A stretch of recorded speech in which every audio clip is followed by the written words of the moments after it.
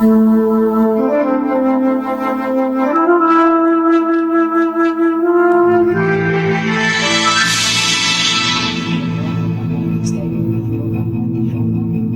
aquellos objetos que han sido significativos para hombres y mujeres de otras épocas son capaces de retener en su piel de hueso, metal o madera la huella de viejas historias que nos ofrece el pasado, para que podamos mantenerlas vivas en la memoria del presente.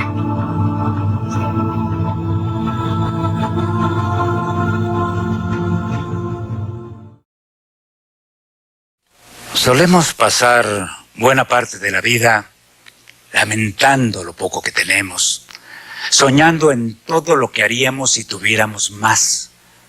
Y pocas veces tomamos en cuenta ese otro aspecto de la riqueza que hace de quien la posee un sirviente celoso y desconfiado o un esclavo dispuesto a cualquier martirio con tal de seguir conservando el yugo.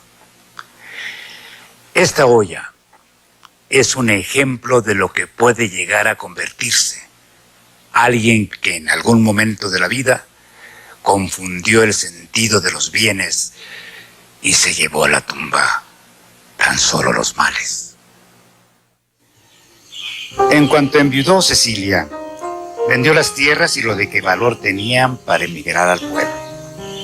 La vida del campo cada vez era más pobre y por mucha que fuera su entereza, no le alcanzaría para trabajar la tierra y criar a solas a un hijo que no había cumplido el año. Llegando, se puso en busca de un lugar céntrico donde vivir e instalar un taller de costura, pero el costo de una renta era mayor al que ella podía pagar. Caminando en el mercado, oyó hablar de una casa abandonada ahí muy cerca, cuya propietaria no sabía qué hacer con ella. Sin mostrar mucho interés, Cecilia preguntó cuál era el problema. Y tras escuchar una multitud de historias macabras, fue a ver con sus propios ojos lo que decían era la guarida del diablo. Hubo que luchar con la cerradura ya oxidada de la entrada, pero la misma dueña, aunque no se atrevió a poner un pie en el interior de la casa, se sorprendió del buen estado que mantenía tras 30 años de abandono. Cecilia recorría el lugar como en un sueño que se acomodaba mejor de lo que había pensado a la idea que tenía. La dueña tan solo le pedía por adelantado 3 meses de renta, sabiendo que el demonio la espantaría antes de una semana. Cecilia puso jarros llenos de agua bendita en todas las habitaciones, pues desde chica sabía que este era el remedio para ahuyentar el demonio. Ya con estas providencias, invirtió buena parte de la semana en limpiar y hacer de la casa un lugar habitable para echar a andar cuanto antes el negocio.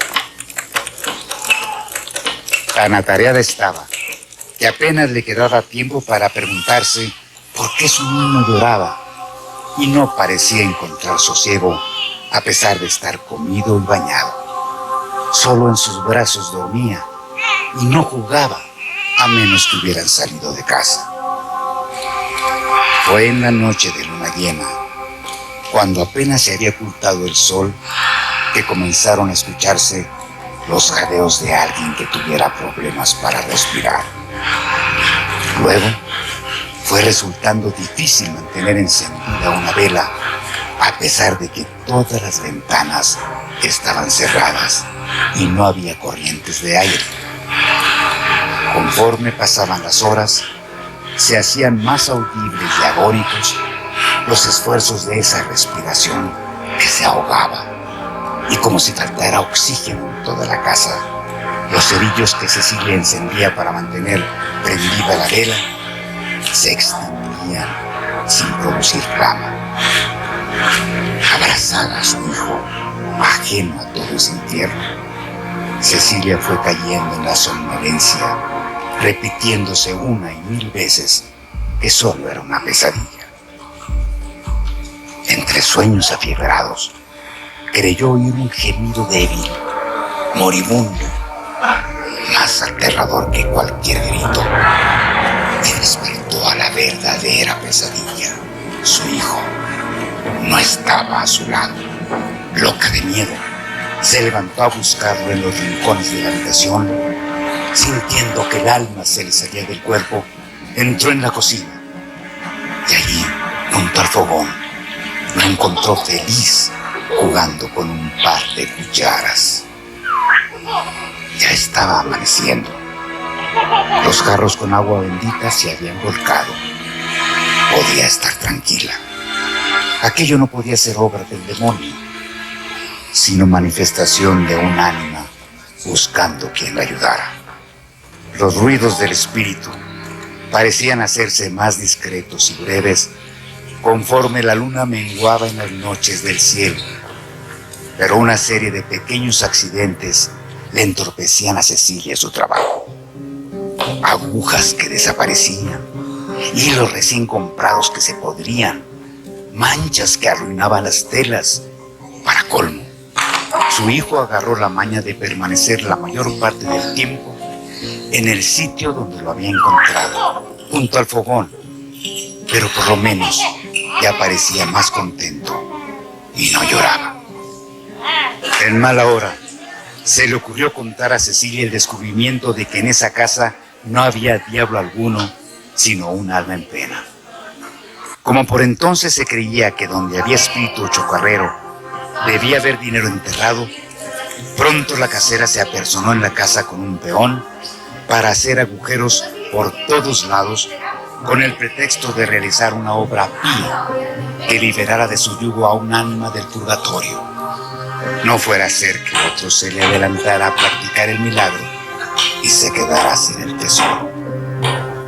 Cecilia ya no sabía qué era peor, si las travesuras que le jugaba el fantasma o la cantidad de ruido y polvo que producían las excavaciones emprendidas por esa mujer, que además le sugería que fuera buscando dónde mudarse, pues ya no le podía rentar por más tiempo la casa. Fue entonces cuando Cecilia decidió que esa vida ya no era vida, y se decidió a escribirle a una hermana que había ido a probar fortuna a la ciudad junto con su familia. En el último momento, la casera le ofreció bajarle la renta para que se quedara, viendo la ruina en que había quedado la casa después de tanta búsqueda infructuosa. En cuanto subieron la máquina de coser a la carreta que la conduciría a la estación del tren, la costurera entró a la casa por su hijo y lo encontró en el único lugar donde su constante presencia había impedido que se le practicara un hoyo al suelo. Parece que al levantarlo, notó lo que parecía el asa de una olla que sobresalía del piso. Con las mismas cucharas con las que su hijo había iniciado el agujero en sus juegos, rascó alrededor del objeto hasta desenterrar una vasija de barro.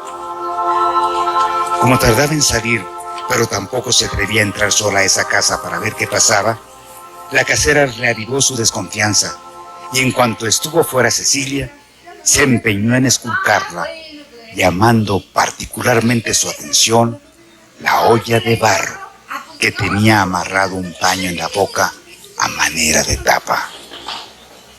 Adentro no había nada y la dejó partir.